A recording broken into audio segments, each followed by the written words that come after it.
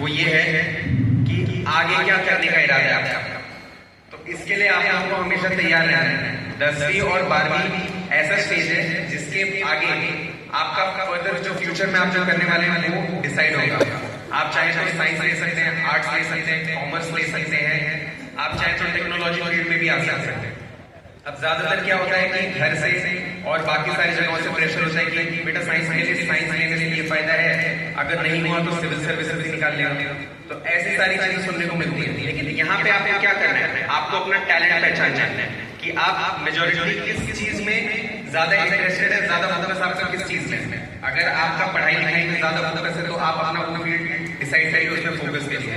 कुछ बच्चे होते हैं जो कि स्पोर्ट्स में बहुत इंटरेस्टेड होते हैं, उनकी स्किल्स बहुत अच्छी होती हैं, तो उनके घर वालों से भी मैं यही बोलूंगा कि आप लोग उनको पढ़ाई तो करवाते रहिए, साथ में स्पोर्ट्स में भी एक्सेल करने का मौका दीजिए। क्योंकि स्पोर्ट्स एक ऐसी चीज है जिसमें आपको लीडरशिप क्वालिटी, टीम स्पिरिट जैसी काफी सारी प्रोफेशनल लाइफ क्वालिटी सीखने को मिलती है।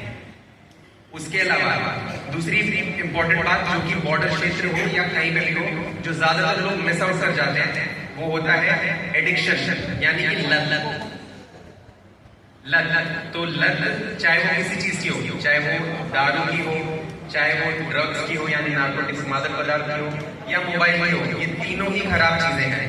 तो आपको अपना टाइम उसी हिसाब से डेजिग्नेट करना पड़ेगा, यानी कि फिक्स करना पड़ेगा। आप हर चीज के लिए टाइम दीजिए।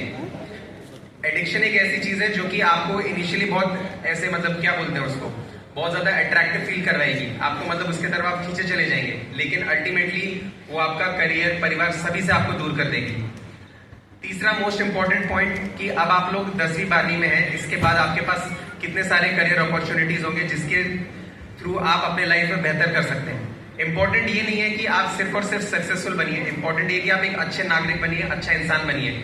साथ ही साथ ये सारी चीजें एक साथ ही चलती हैं। जैसे कि मैं आपको अपना खुद का एग्जांपल बताता हूँ। मेरे को भी नौकरी करते हुए लगभग 7 साल हो गए और मैंने इससे पहले 2-3 डिपार्टमेंट में वर्क कर रखा है। लेकिन इंसान हमेशा बेटर के लिए प्रोसीड करता है, आगे बढ़ता है बेटर के लिए। तो मेरे भी पढ़ाई के दौरान मेरे पास भी बहुत सारे डिस्ट्रैक्शंस थे, चाहे वो फेसबुक हो, इंस्टाग्राम हो। तो लेकिन हमने भी अपना टाइम फिक्स कर रखा था। जैसे कि अभी मैं आप में से किसी बच्चे का जो फोन यूज करता है, अगर फोन मंगवा लूं एंड उसमें देखूं तो कम से कम 8 से 9 घंटा तो आप लोगों ने इंस्टाग्राम चलाया ही होगा। तो ये सारी चीजें आप लोगों को रोकनी, ये सारी मोह माया है, इससे दूर रहना है। जैसे कि आपको मैं कुछ और टिप्स देता हूँ। 3 मेन चीजें होती हैं जिसको अगर आप फॉलो करेंगे तो आपको कभी भी किसी प्रकार की भी दिक्कत नहीं होगी। नंबर 1, आप कंसिस्टेंट रहिए। कंसिस्टेंट मतलब ये हो गया कि ये नहीं कि आप एक दिन पढ़ रहे हैं, 2 दिन पढ़ रहे हैं, इसकी एक पूरी